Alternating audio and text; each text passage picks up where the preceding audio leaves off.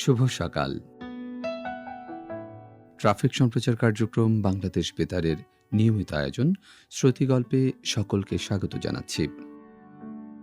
আজ আমরা শুনব বিশ্বকবি রবীন্দ্রনাথ ঠাকুরের লেখা ছোট গল্প স্ত্রীর পত্র এর তৃতীয় পর্ব। আজকের গল্পের পাঠক ফারহানা মিঠু।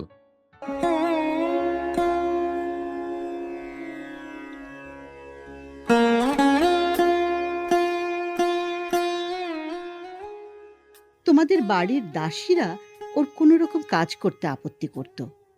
তাদের কাউকে ওর কাজ করবার ফরমাশ করলেও ও মেয়ে একেবারে সংকোচে যেন আড়ষ্ট হয়ে উঠত।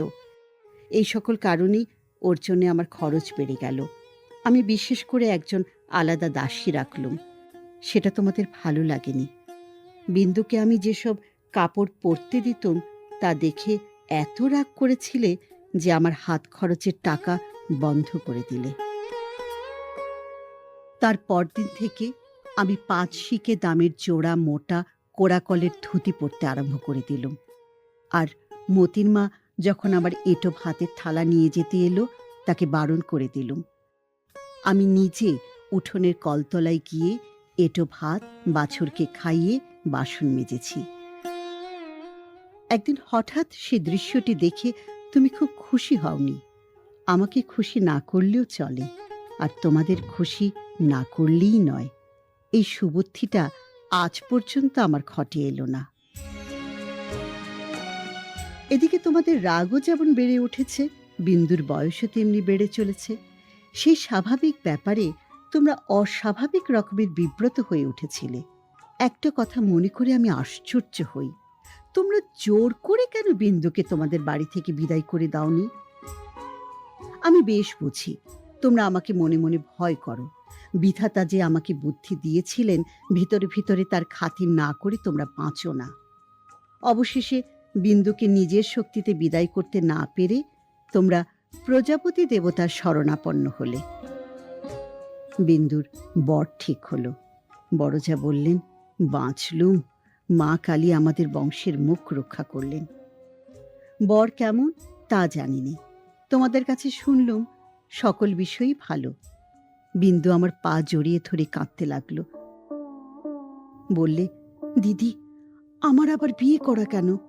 আমি তাকে অনেক বুঝিয়ে বললুম, বিন্দু, তুই ভয় করিস নে, শুনেছি তোর বর ভালো। বিন্দু বললে, বর যদি ভালো হয় আমার কি আছে যে আমাকে তার পছন্দ হবে? বরপক্ষেরা বিন্দুকে তো দেখতে আসার নামও করলে না। বড় দিদি তাতে বড় নিশ্চিন্ত হলেন। কিন্তু দিন রাত্রে বিন্দুর কান্না আর থামতে চায় না। সে তার কি কষ্ট সে আমি জানি। বিন্দুর জন্য আমি সংসারে অনেক লড়াই করেছি, কিন্তু ওর বিবাহ বন্ধ হোক এ কথা বলবার সাহস আমার হলো না। কিসের জোরেই বা বলবো? আমি যদি মারা যাই তো ওর কি দশা হবে? একে তো মেয়ে, তাতে কালো মেয়ে, কার ঘরে চলল ওর কি দশা হবে সে কথা না ভাবাই ভালো।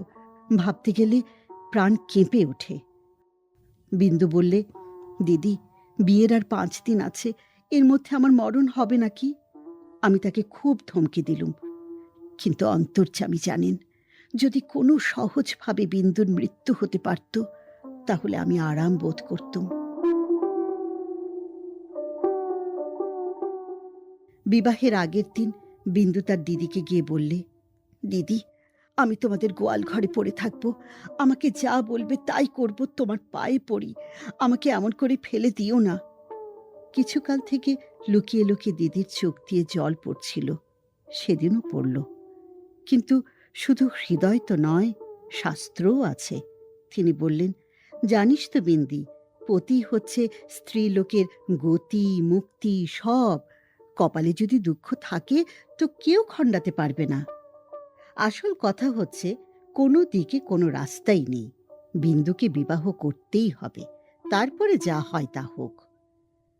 আমি চেয়েছিলুম বিবাহটা যাতে আমাদের বাড়িতেই হয়, কিন্তু তোমরা বলে বসলে বরের বাড়িতেই হওয়া চাই, সেটা তাদের কৌলিক প্রথা।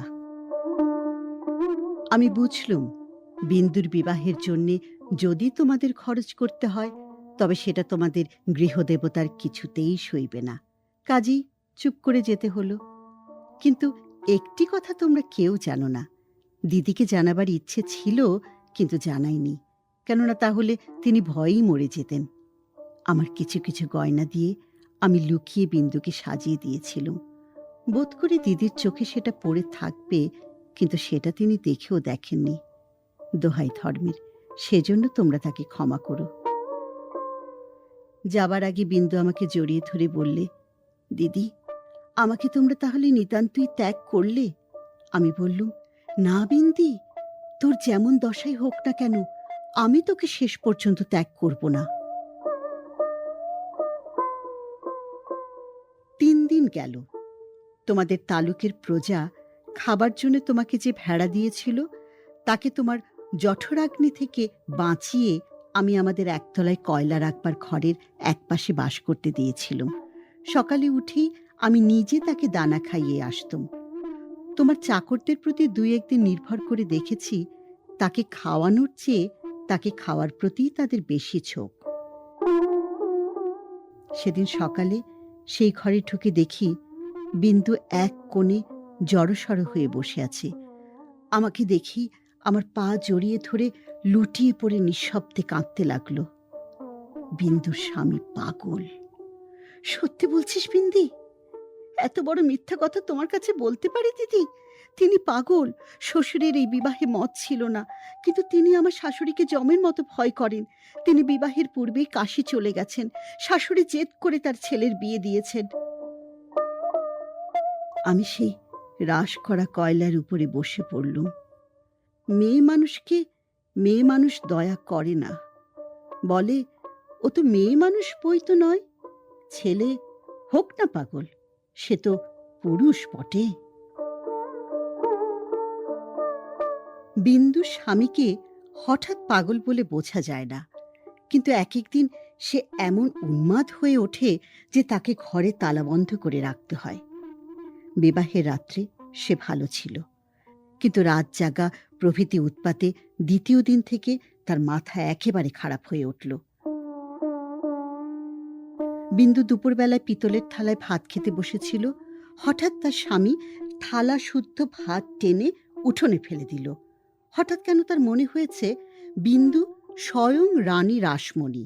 বেহারাটা নিশ্চয়ই সোনার থালা চুরি করে রানীকে তার নিজের থালায় ভাত খেতে দিয়েছে, এই তার রাগ। বিন্দু তো ভয়ে মরে গেল। তৃতীয় রাত্রে শাশুড়ি তাকে যখন স্বামীর ঘরে শুতে বললে, বিন্দুর প্রাণ শুকিয়ে গেল। শাশুড়ি তার প্রচণ্ড, রাগলে জ্ঞান থাকে না। সেও পাগল, কিন্তু পুরো নয় বলেই আরো ভয়ানক। বিন্দুকে ঘরে ঢুকতে হলো। স্বামী সে রাত্রে ঠান্ডা ছিল, কিন্তু ভয়ে বিন্দুর শরীর যেন কাঠ হয়ে গেল। স্বামী যখন ঘুমিয়েছে, অনেক রাত্রে সে অনেক কৌশলে পালিয়ে চলে এসেছে। তার বিস্তারিত বিবরণ লিখবার দরকার নেই। ঘৃণায় রাগে আমার সকল শরীর জ্বলতে লাগলো। আমি বললুম, এমন ফাঁকির বিয়ে বিয়েই নয়। বিন্দু, তুই যেমন ছিলি তেমনি আমার কাছে থাক, দেখি তোকে কে নিয়ে যেতে পারে। তোমরা বললে বিন্দু মিথ্যা কথা বলছে। আমি বললুম, ও কখনো মিথ্যা বলেনি। তোমরা বললে, কেমন করে জানলে? আমি বললুম, আমি নিশ্চয়ই জানি। তোমরা ভয় দেখালে, বিন্দুর শ্বশুরবাড়ির লোকে পুলিশ কেস করলে মুশকিলে পড়তে হবে। আমি বললুম, ফাঁকি দিয়ে পাগল বরের সঙ্গে ওর বিয়ে দিয়েছে, এ কথা কি আদালত শুনবে না? তোমরা বললে, তবে কি এই নিয়ে আদালত করতে হবে নাকি? কেন, আমাদের দায় কিসের? আমি বললুম, আমি নিজের গয়না বেচে যা করতে পারি করব। তোমরা বললে, উকিল বাড়ি ছুটবে নাকি? এ কথার জবাব নেই। কপালে করাঘাত করতে পারি, তার বেশি আর কি করব? ওদিকে বিন্দু শ্বশুরবাড়ি থেকে ওর ভাসুর এসে বাইরে বিষম গোল বাঁধিয়েছে। সে বলছে সে থানায় খবর দেবে। আমার যে কি জোর আছে জানি নে, কিন্তু কসাইয়ের হাত থেকে যে গরু প্রাণ ভয়ে পালিয়ে এসে আমার আশ্রয় নিয়েছে, তাকে পুলিশের তাড়ায় আবার সেই কসাইয়ের হাতে ফিরিয়ে দিতেই হবে, এ কথা কোনো মতেই আমার মন মানতে পারলে না। আমি স্পর্ধা করে বললুম, তা দিক থানায় খবর। এই বলে মনে করলুম বিন্দুকে এই বেলা আমার শোবার ঘরে এনে তাকে নিয়ে তালা বন্ধ করে বসে থাকি। খোঁজ করে দেখি বিন্দু নেই। তোমাদের সঙ্গে আমার বাদ প্রতিবাদ যখন চলছিল, তখন বিন্দু আপনি বাইরে গিয়ে তার ভাসুরের কাছে ধরা দিয়েছে। বুঝেছে এই বাড়িতে যদি সে থাকে তবে আমাকে সে বিষম বিপদে ফেলবে। মাঝখানে পালিয়ে এসে বিন্দু আপন দুঃখ আরো বাড়ালে। তার শাশুড়ির তর্ক এই যে তার ছেলে তো ওকে খেয়ে ফেলছিল না।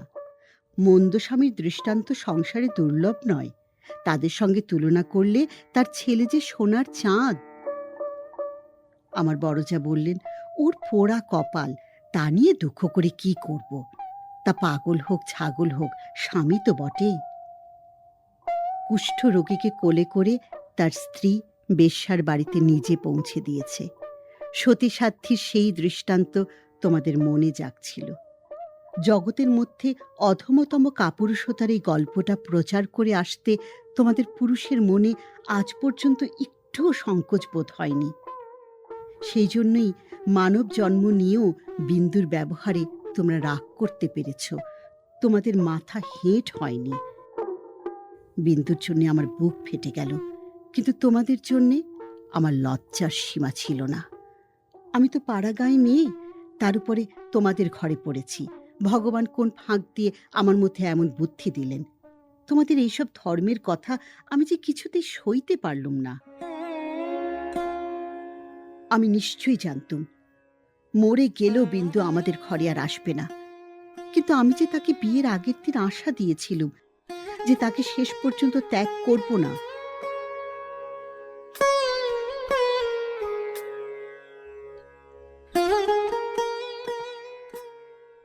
সুপ্রিয় শ্রোতাবৃন্দ, এতক্ষণ শুনলেন বিশ্বকবি রবীন্দ্রনাথ ঠাকুরের লেখা ছোট গল্প স্ত্রীর পত্র এর তৃতীয় পর্ব। শ্রুতি গল্পের পরবর্তী পর্ব শোনার আমন্ত্রণ জানিয়ে আজ এখানেই শেষ করছি। সকলের জন্য রইল অশেষ প্রীতি ও শুভেচ্ছা।